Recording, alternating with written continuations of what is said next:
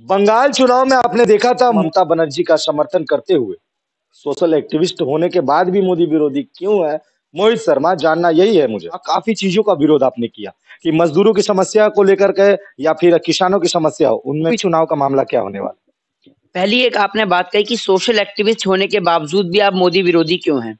मतलब social activist होना पहले मोदी जी का समर्थन होना जरूरी है, ये बताइए। दूसरी बात ये कि आपको पता है कि आज देश के अंदर किसानों की क्या हालत है?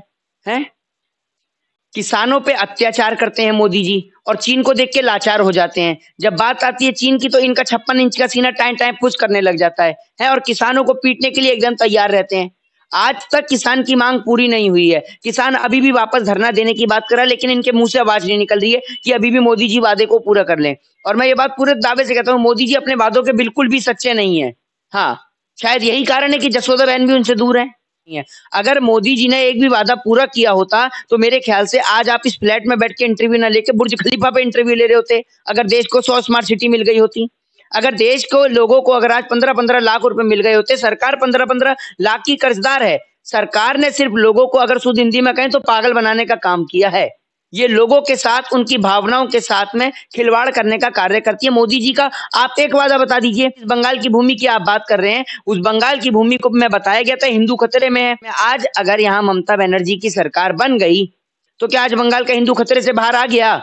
मतलब जहां जहां चुनाव होता है वहां वहां आप हिंदू को खतरे में बताते हैं। एक बात आप मुझे बताइए, इस देश में मुगल राज करके गए, आपने कभी नहीं सुना होगा कि हिंदू खतरे में आया। इस देश के अंदर आपने देखा कि कांग्रेस ने शासन प्रणाली को 70 साल नापा, तब इस देश के अंदर हिंदू खतरे में नहीं आया। 7 साल से इस देश के अंदर ये कार्टूनिस्ट भाजपा के लोग क्या आ गए, आपने हिंदू को ही खतरे में बता दिया है। आप कभी राम को खतरे में बता देते हैं, कभी आप कह देते हैं हिंदू खतरे में। आपने पागल समझ रखा है इस देश को, है? हमारे माथे पे कुछ लिखा हुआ है क्या? आप बताइए, कुछ लिखा हुआ है जनता के माथे पे? हम ये कहते हैं कि मोहित शर्मा हमेशा मीडिया को रोक देना चाहता है, उनको सवाल करने नहीं दिया जाता। आप सवाल करिए।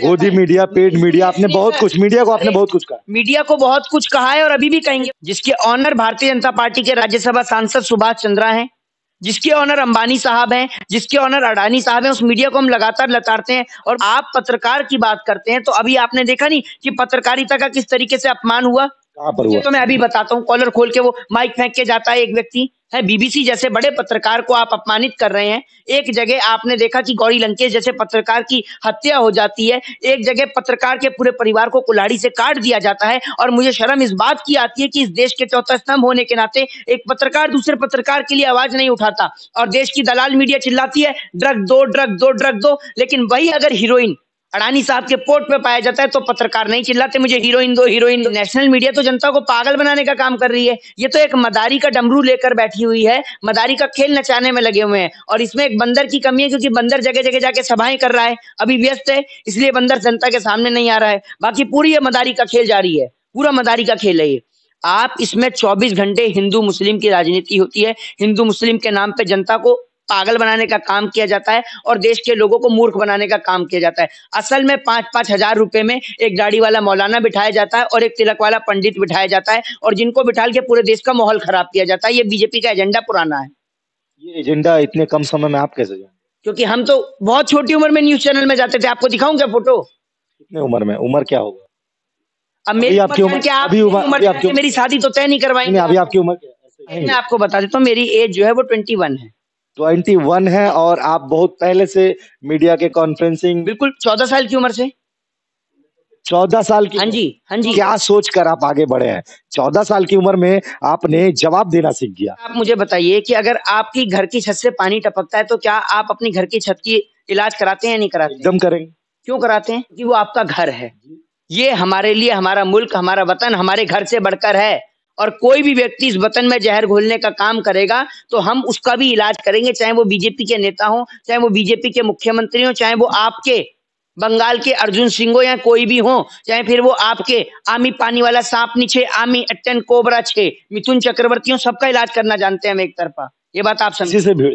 हाँ हाँ जी, बिल्कुल भिड़ेंगे अपने वतन के लिए। भिड़ेंगे नहीं, लॉ स्टूडेंट नहीं है और I proud to be Indian. बिल्कुल मैं भारतीय हूँ। क्या लगता है आपको किसान आंदोलन में बहुत सारे ऐसे न्यूज चैनल है जिनको दूर से ही बुलाया जाता था, नमस्कार मैं किसान हूँ? बिल्कुल बिल्कुल। क्यों ऐसा क्यों? वो इसलिए क्योंकि वो यहाँ किसान आंदोलन में आके कि अगर यहाँ पब्लिक बैठी है तो यहाँ पब्लिक गैदरिंग को नहीं दिखाएंगे, जहाँ खाली पड़ा हुआ है वहां की फुटेज शूट करके और अपने स्टूडियो में जाकर उन तस्वीरों को दिखाते हैं कि दिन प्रतिदिन किसान आंदोलन में संख्या घटती जा रही है, किसान वापस अपने घर की ओर लौटते जा रहे हैं, जिससे किसानों का हौसला डाउन हो और कश्मीर से कन्याकुमारी तक बैठे जो लोग किसानों को समर्थन दे रहे हैं उन लोगों को ये दिखाते हैं कि किसान आंदोलन समाप्त होता जा रहा है। भारत देश के चौथे स्तंभ ने आज अपनी सारी हदों को क्रॉस कर दिया है। टीआरपी स्कैम घोटाला कर रही है मीडिया भैया, और पब्लिक तो इंतजार कर रही है एक बार बीजेपी के नेता घर तो आए। स्वागत आपने फूल की माला से बहुत देखा होगा, रेला देखा है आपने कभी?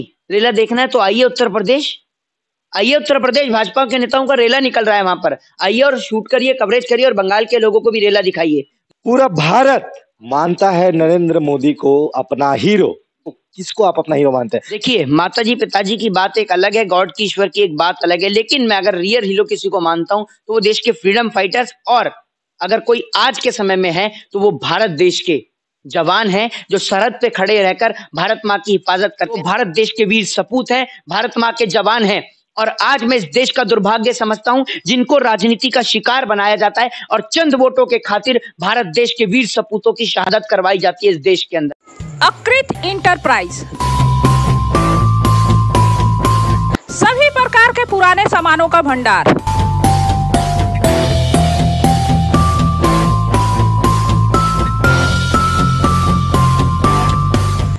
इस महंगाई के बाजार में भी अगर घर, दुकान या ऑफिस हो सजाना, बस जगदल तक है आना। यहाँ मिलेगा अच्छे कंडीशन में पुराना सोफा, टेबल, चेयर, पंखा, अलमारी या फिर शोकेस।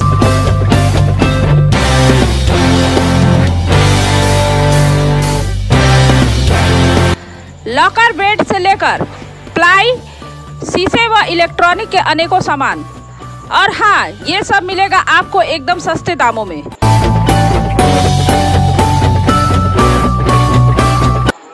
तो फिर बिना समय गवाए आइए और ले जाइए यहाँ से अपने जरूरतों की चीज, वो भी बिल्कुल सस्ते में।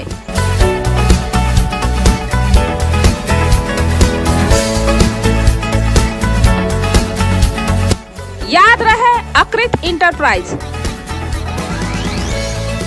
घोषपाड़ा रोड, श्री कृष्ण सिनेमा के पास, जगदल।